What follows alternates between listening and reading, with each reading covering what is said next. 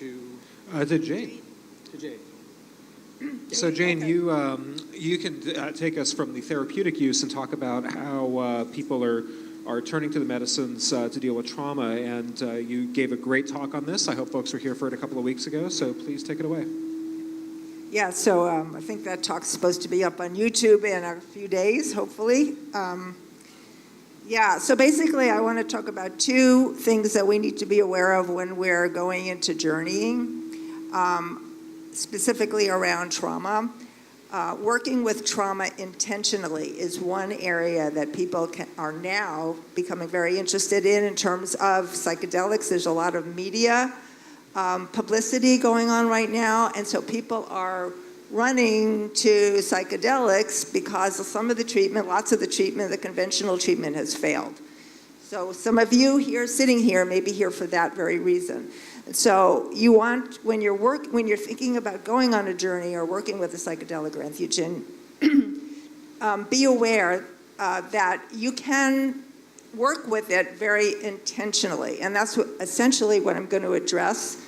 The other factor is that what I'm calling the whoops factor, which is essentially that we decide we're going to go on a journey for whatever reason, and we don't realize that we have a whole lot of trauma in our background, and whoops, something goes wrong. So that's the whoops factor. So I want to address those two places, and the first thing I'm going to do is ask you all to think about this. What will you do if you or someone starts screaming, moaning, goes into a rage, or a really dark place, starts trembling, is nauseous, may threaten to hurt themselves or hurt you, or begins to talk about some really dark stuff? So keeping this in mind, this could come up because essentially, I'm going to read a quote, psychedelics pull out a person's fears, pains, delusions, shortcomings, and attachments, providing the opportunity to break through each block. And depending on how we deal with these blocks, there are either going to be opportunities for breakthrough or opportunities for breakdown. And what we want to do is hopefully create a set-in setting so that these become opportunities for breakthrough. So the first thing to know, whether you're looking for a guide or working with this yourself, for guides, you want to be able to first have some sense of how do I assess if I have some trauma in my background so that I can be more aware of what I'm walking into. There are many trauma assessment tools online, so I'm not going to go into that. You can just Google that yourself. I want you to realize that don't assume that a high-functioning person is not traumatized.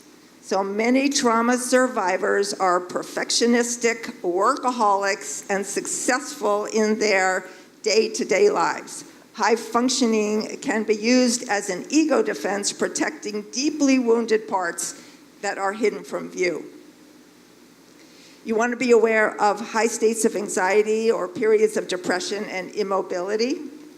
And if you suspect that you have issues in these areas, then you should be looking for a good trauma specialist or trauma therapist as a guide for your journey. And I would say rule of thumb is that individuals with trauma should be seeing a therapist for at least minimum 1 to 2 months, if not a whole lot more, before actually embarking on a journey. There are certain skills that we have to know how to address in our own psyche before we blast it open with a psychedelic. All right, so some of the factors, we have safety factors, fear. I would suggest going in and asking yourself, well, how do I deal with fear? What am I most afraid of? How do I cope with it? How will I deal with fear and terror on my journey? So be thinking about that, bringing it up into awareness beforehand. Some of the things we can do on a journey, touch. Your sitter will ask for permission or should ask for permission beforehand. Is it okay if I touch you if you get triggered? And of course the touch should be like a gentle touch on either, on a foot or a shoulder or an elbow, something like that. Changing positions is helpful. Using mantras is very helpful. Soothing music, chants, spiritual affirmations, phrases like, I am here, you are safe, and breathing techniques. You want to find out if the person that you're working with, or you, if you are the voyager, have a solid support network. Do not go into a journey without a solid support network, because when you come out of this journey, you want to have people that you can go to and turn to help you should you need it. The other thing you want to look for, and I always look for, and I tell my clients, is you want to look for home environment. So your home environment, what are you going back to after your journey? You may go somewhere else, you may go into a beautiful place in nature. When you go back home, who are you going to be with? Are they nurturing, honest, authentic people that you feel safe to disclose with? Or is it a scary place where you have to stay defended? You also want the environment to be uncluttered, to be safe and nurturing for yourself.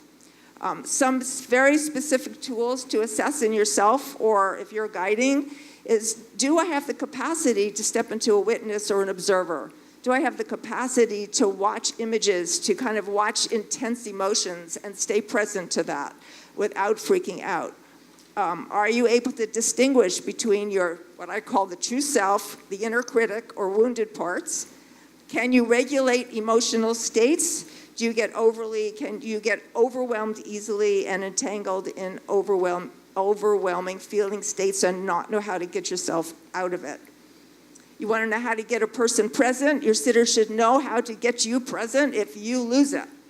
Coming back to the room, looking around, again, touch is useful. And there are very specific phrases that can be used, such as, is it okay if I touch you on the shoulder? Or if things get really intense, you always have a choice. You have a choice as to whether you want to keep going with this or whether you want to open your eyes and come out of it.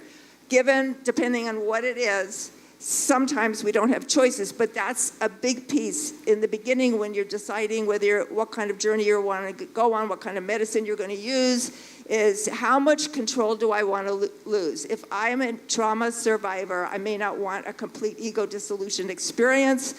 I would suggest using more lighter doses that are going to help you work intentionally with what you're working with. And I know I have to wrap up, so I just want to say something that really does need to be addressed before I close, and that is the somatic aspect. Trauma lives in the nervous system. So you want a sitter who knows how to work. What happens if you start trembling, if you go into contractions, if you start sweating, if you're nauseous? So there are very specific ways to work with the body somatically during a journey that will be helpful and not so helpful and possibly even destructive.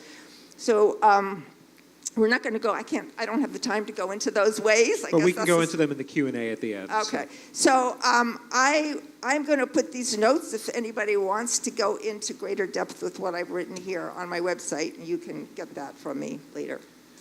Terrific. Portland Psychedelic Society and Oregon Psilocybin Society are proud to announce Paul Stamets speaking at the Newmark Theater in Portland, Oregon, September 20th. Tickets go on sale July 24th.